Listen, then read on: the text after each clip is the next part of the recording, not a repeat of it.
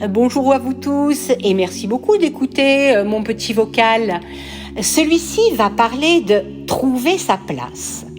Eh oui, et si votre épanouissement et votre sérénité ne tenaient qu'à une seule chose, trouver votre place juste. Une place pour être en harmonie avec les autres, avec soi-même, au travail, en amour, en famille. Ce sujet m'est venu tout naturellement car beaucoup de personnes que j'accompagne vivent à l'intérieur d'elles-mêmes quelque chose qui bloque. On n'arrive pas à trouver la relation d'amour que l'on voudrait, on se sent coincé dans notre rapport à l'argent, on n'arrive pas à en gagner ou à se vendre, on ne trouve pas le boulot qui nous convienne.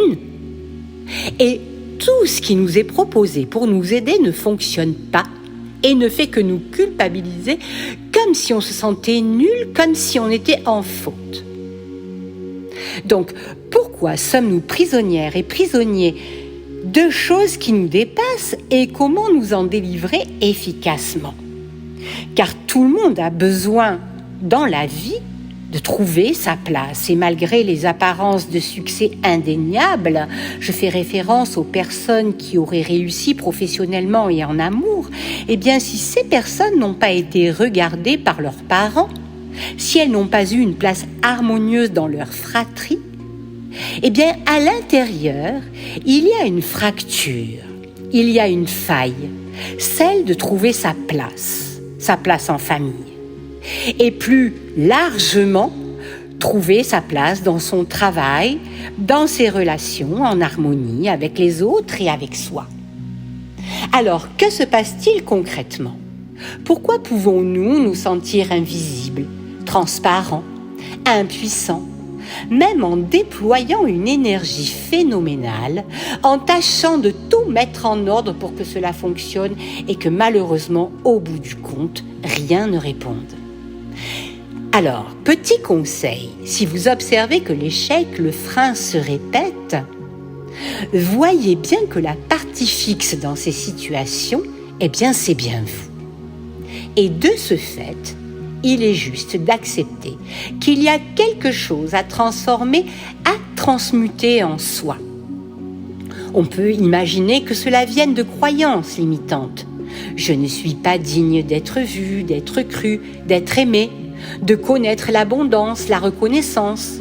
Peut-être parce que petite ou petit, mes parents, mes enseignants m'ont dit que je ne réussirais jamais à rien dans la vie ou que je ne pourrais jamais réaliser ce métier de mes rêves. Donc, à cause de ces pensées limitantes, le frein est appuyé à fond. Et ceci complètement inconsciemment, bien sûr.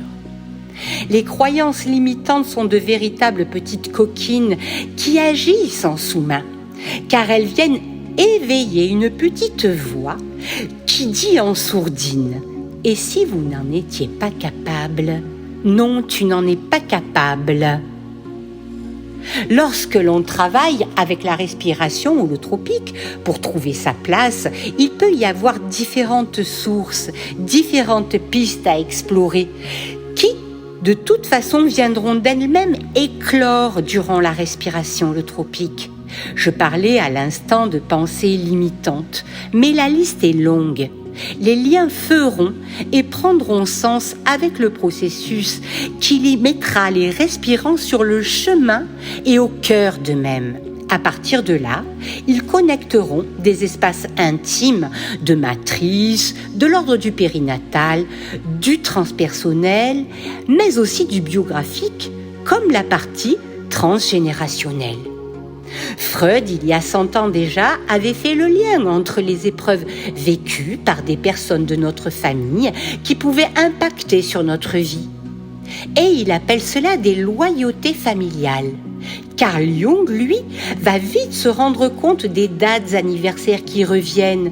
Et puis, bien plus récemment, Anne Ancelin, qui a écrit un magnifique livre qui s'appelle « Aïe, mes aïeux », où cette dame, malheureusement décédée en 2018, ouvre la prise de conscience sur « Je suis unique, je ne suis pas prisonnière de mon histoire familiale ». Aujourd'hui, même le médecin de famille ne peut ignorer ces récurrences. Alors, pour revenir sur cette question de place, parfois, quand on se dit « je vais tout faire pour être visible », mais je n'y arrive pas, comme pour gagner ma vie ou trouver l'amour ou être bien dans ma peau, tout simplement. Comment faire ? Eh bien, croyez-en mon expérience, c'est en lien avec un fardeau émotionnel hérité bien souvent de sa naissance, de la famille. De ce fait, il suffit de prendre conscience de ces loyautés familiales pour qu'elles puissent s'évacuer, pour qu'on puisse s'en libérer. Car notre cerveau ne fait pas la différence entre quelque chose de vécu et quelque chose de simplement imaginé comme étant réel. C'est ce qui fait la grande force des états modifiés de conscience. C'est ce qui fait son grand succès. Car grâce au processus, notre cerveau intègre les choses comme une réalité. En état modifié de conscience, on peut aussi connecter son champ vibratoire, énergétique, peu connu dans notre culture, mais considéré comme majeur en psychologie transpersonnelle, que l'on appelle force de vie. Il faut en prendre grand soin. La plupart des gens n'ont aucun rapport avec ça. Pourtant, les anciennes traditions étaient très attachées au principe de la circulation d'énergie.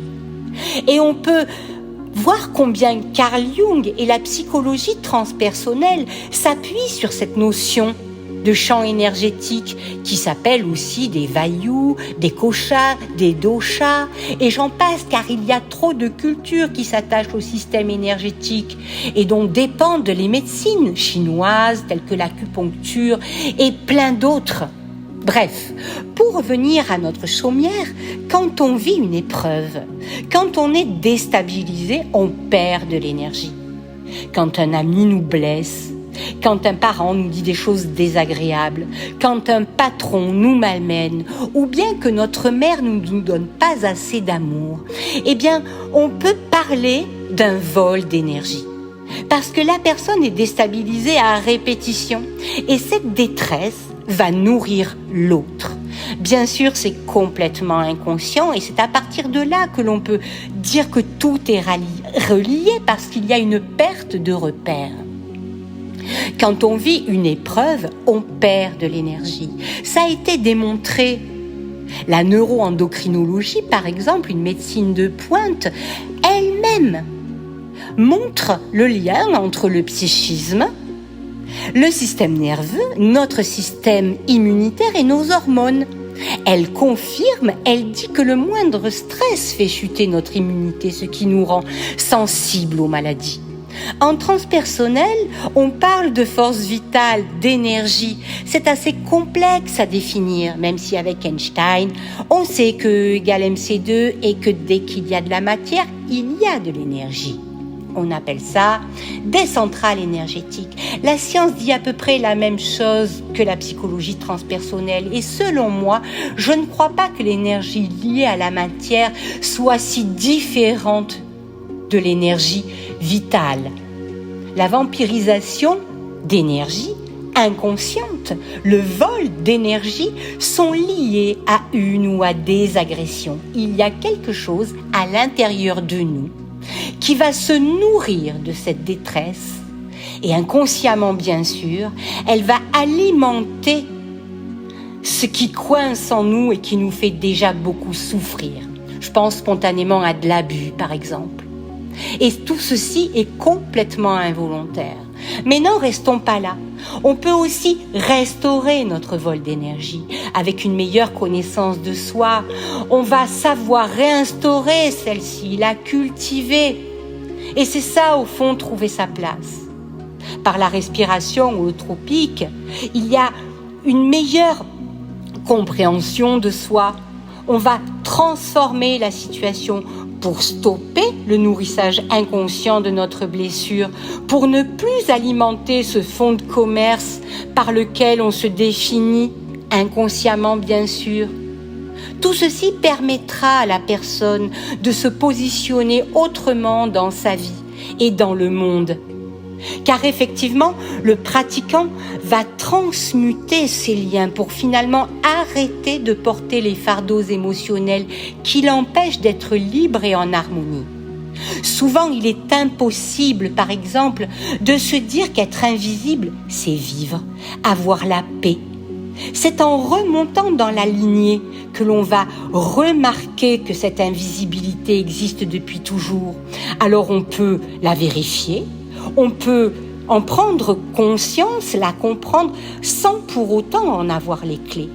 Et comme le disait Carl Jung, tant qu'on ne comprend pas le message d'une épreuve, elle se rejoue pour nous donner une chance de nous en libérer. Par la richesse du processus en respiration holotropique et d'un accompagnement individualisé, l'intégration rendra les choses digestes, compréhensibles, simples et cartésiennes. C'est vraiment pour cela que je conseille d'être soutenu aussi individuellement. Car ne plus être prisonnier de son histoire, se libérer de celle-ci demande un véritable engagement avec une très belle qualité de présence. Voilà. Ensuite, j'ai vraiment envie de vous dire combien je reste depuis tant d'années émerveillée par ce processus qui est juste et efficace. Lorsque les gens me disent « ça y est, merci » en me laissant des avis, lorsque je me réveille le matin en voyant un petit clin d'œil sur Rezalib, je me dis « waouh, ça fonctionne encore et encore ». Et je vous assure que quelquefois je suis perplexe. Et puis waouh, ça ouvre. La personne est libérée et je suis tellement pleine de gratitude. En vérité, même si je fais des liens avec la science et tout ça, dans notre culture, bien que le transpersonnel soit une psychologie récente, c'est-à-dire à peine 50 ans, elle avance à grands pas et fonctionne de façon admirable. Effectivement, en transpersonnel, on ne colle pas d'étiquettes, psychose, névrose, troubles anxieux généralisés ou je ne sais quoi. On parle de force de vie, d'une énergie, d'un processus dont il va falloir prendre soin et respecter. Véronique Aliaga, ma collaboratrice, que j'embrasse au passage, et moi-même travaillons ensemble depuis des années sur un chemin originaire qui vient véritablement amener les personnes sur leur voie en respectant leur processus afin que tout ce qui s'est imprimé puisse véritablement être évacué. Elle consulte en Haute-Savoie, moi toujours dans l'Aude, et nous co-animons nos cercles en Haute-Savoie et dans l'Aude. Donc, n'attendez pas d'être au bout du bout, n'attendez pas d'être en burn-out. Venez nous rejoindre, osez frapper à notre porte, et c'est le cœur grand ouvert que vous serez accueillis, car nous restons les servantes des émergences de votre conscience. Je vous dis à tout bientôt. Au revoir. C'était Patricia.